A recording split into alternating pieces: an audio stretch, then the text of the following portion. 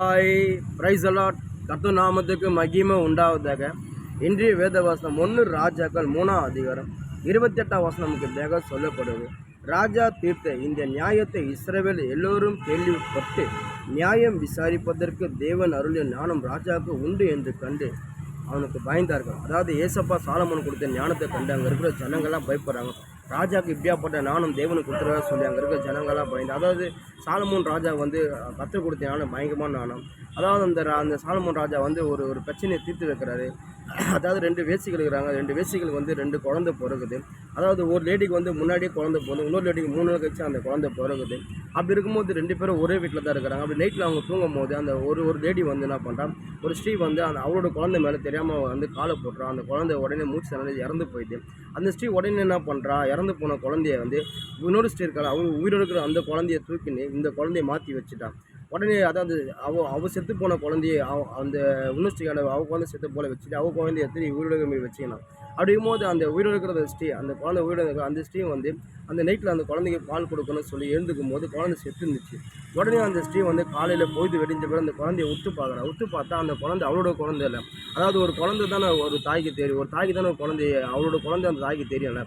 அப்போ அவள் வந்து பார்க்கும்போது என்னோட குழந்தை இல்லையா, இதுதான் என்னோட குழந்தைய சொல்லி அந்த ஸ்ரீயை பார்த்து கேட்போம். அவள் சொல்கிறான், இல்லை இதான் என் குழந்தை, அவன் குழந்தை செத்து போச்சு சொல்லும் போது 2 பேருக்கு வாக்கு ஆகும்போது 2 பேர் ராஜான போகிறாங்க. அப்போ ராஜான போகும்போது சாலமோன் ராஜா போய் கேட்குறாங்க, இது போல் ஆண்டவனே இது போல் வந்து என்ன அந்த உயிரோடுக்க தாய்ப்பை கேட்குறான், என் குழந்தை வந்து உயிரோடுக்குது, இவன் குழந்தை செத்துச்சு, இவன் வந்து செத்து போன குழந்தைய என் பக்கத்தில் வச்சுட்டு இவன் குழந்தைய உயிரோடுக்கிற என் குழந்தைய எடுத்துக்கிட்டான், என் குழந்தைய வாங்கி கொடுங்க ராஜாவே சொல்லி கேட்கும்போது ராஜா கேட்கும்போது இல்லை அந்த செத்து அவன் சொல்கிறான், இல்லை இது என்னோட குழந்தை தான், இவன் குழந்தை செத்து போச்சு.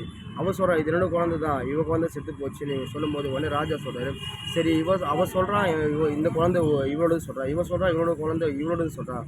அப்போ ஒரு பட்டயத்தை கொண்டு வாங்க, அந்த குழந்தைய வெட்டி இந்த ஆளுக்கு பாதியாக போடுறோன்னு சொல்லும்போது உடனே அந்த செத்து போன தாய் சொல்கிறான், ஓகே அது நீங்கள் வெட்டுங்க, வெட்டி ஆளுக்கு பாதி ஏன்னா என் குழந்தை செத்து போச்சு, இந்த குழந்தை செத்தாலும் பரவாயில்ல சொல்லி வெட்டுங்கன்றான். ஆனால் அந்த தாய் வீடுக்கு அந்த குழந்தையோட தாய் வந்து சொல்கிறான், இல்லை ராஜாவே. உடனே அவள் குரல் சரிந்து கதிகளையும் அவன் சொல்கிறான், ஆண்டவரே அது பரவாயில்ல ராஜாவே, என் குழந்தை வந்து சாக வேணாம், நீங்கள் அவகிட்டே கொடுத்துருங்கன்னு சொல்லும்போது உடனே ராஜா சொல்கிறார், இந்த குழந்தை இவனோட குழந்தை தான், இவன் போய் சொல்கிறான்னு சொல்லி அந்த குழந்தைய எந்த தாய்கிட்டேருந்து அந்த அது எந்த தாய்கிட்டேருந்து யூனிவர்சிட்டி வந்து அந்த செத்து போன குழந்தைய வச்சுட்டு வீடு குழந்தைய வாங்கினாலும் அவரோட அந்த குழந்தைய கற்று ராஜா வாங்கி கொடுத்து எந்த தாய்க்கு அந்த குழந்தை சொந்தமோ அந்த குழந்தைய அந்த தாய்கிட்ட கொடுத்தாரு. இதை கண்டு அங்கே இருக்கிற ஜனங்களாக இதை கண்டு இப்படியாப்பட்ட ஞானம் தேவனுக்கு கொடுத்ததா சொல்லி பயப்படுறாங்க. இன்றைக்கி நம்மளோட வாழ்க்கையில் சரி, கர்த்தர் கொடுக்குற ஞானம் பயங்கரமாக இருக்க ஞானம். அந்த ஞானம் இருந்தால் நம்ம வாழ்க்கையில் சகல நம்ம அந்த ஞானத்தை பேஸ் பண்ண முடியும். அவர் கொடுக்குற ஞானம் பயங்கரமான ஆனது. வெள்ளி பொண்ணு பணத்தை காட்டிலும் அவர் கொடுக்குற ஞானம் பயங்கரமான ஞானம். எந்த இடத்துல நம்ம என்ன பேசணும், நிறுத்தி நடக்கணும்னு சொல்லி கற்று ஞானம் போதிக்கப்படும். நம்ம வாழ்க்கையில் எப்படியாப்பட்ட பிரச்சனையும் சரி, நம்ம வாழ்க்கையில் எப்படியாப்பட்ட உபத்தில் எப்படியாப்பட்ட நம்ம வாழ்க்கையில் என்னதான் நம்ம வாழ்க்கையில் சூழ்நிலை வந்தால் சரி, கற்று கொடுத்து ஞானத்தை வச்சு நம்ம பேஸ் பண்ண முடியலாம். வேதம் சொல்லுது, உங்களுக்கு ஞானத்தில் குறைவுள்ள வந்தால் கற்று நீங்கள் ஜெபிக்கும் போது நீங்கள் கேட்டு பெற்றுக்கொள்ள. ஏன்னா அவர் ஞானத்தின் அதிபதி சாலமோன் கொடுத்து ஞானத்தை கண்டாங்க, இஸ்ரவேல் ஜனமே பயந்தாங்க. இன்றைக்கி நம்மளோட வாழ்க்கையில் சரி, கத்திரத்தில் ஞானத்தை நம்ம கேட்டு பெற்றுக்கொள்ளும் அந்த ஞானம் நம்ம சகலத்தையே நம்ம வாழ்க்கையை புதுப்பிக்கும். அந்த ஞானம் மற்றவங்களுக்கு போதிக்கப்படும்படி கத்திர ஞானமும் பயங்கரமாக கத்திர ஞானமும் ஐஸ்வரத்தையும் கனத்தையும் கொடுங்க. அவர் ஞானமும் நமக்கு அந்த ஞானம் தான் நம்ம வாழ்க்கையை மாற்றப்படும்.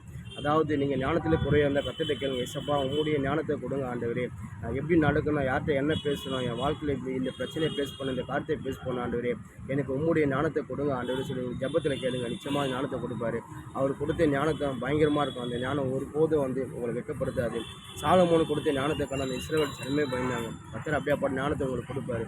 ஒன்றே நீங்கள் கர்த்தருக்கு எப்பொழுதும் உண்மையாக முடிவு பொருந்தே உண்மையாக இருங்க, அவரையே செய்வீங்க. அவர் கொடுக்குற ஞானம் தான் உங்களுக்கு சரியான ஞானம். அந்த ஞானத்தை அவர்கிட்ட கேட்டு பெற்றுக்கொள்ளுங்கள். அந்த ஞானம் உங்களுக்கு வரும்போது உன் மேலே கர்த்தர் உன் மேலே கண்ணை வைத்து உனக்கு ஆலோசனை சொல்லி நீங்கள் நடக்க வேண்டிய வழியை அவர் உங்களுக்கு போதித்து காட்டுவார். உங்கள் வாழ்க்கை நீங்கள் என்ன செய்யணும் சொல்லி அவர் ஞானத்தை கொடுத்து உங்கள் வாழ்க்கையை ஒரு செழிப்பாக மாற்றுவார். உங்கள் வாழ்க்கையை புதுப்பித்து கர்த்தர் உங்களை கொண்டே பயன்படுத்துவார். கர்த்தரத்தில் உங்களுக்கு ஞானம், அதாவது உங்களிடத்துல ஞானம் குறைவாக இருந்தால் கர்த்தரை கேட்டு பெற்றுக்கொள்ளுங்கள். அவர் கொடுக்குற ஞானமே நம்மளுக்கு பரிபூர்ண ஆசீர்வாதம். ஆமென்.